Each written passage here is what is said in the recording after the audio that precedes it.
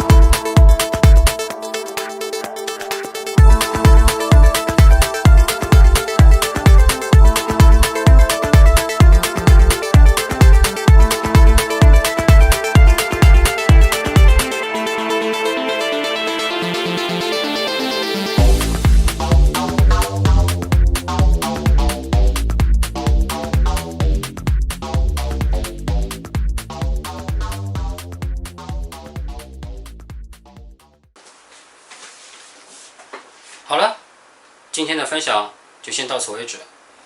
在整个视频过程当中呢，有3个小的 tips， 我已经总结好，在这视频当中跟大家分享了。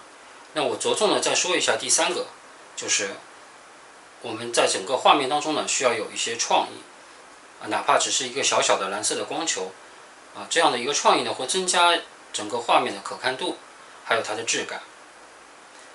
如果说你有别的想法的话呢，希望你在这个视频下方留言，跟我们一起分享，和我们交朋友。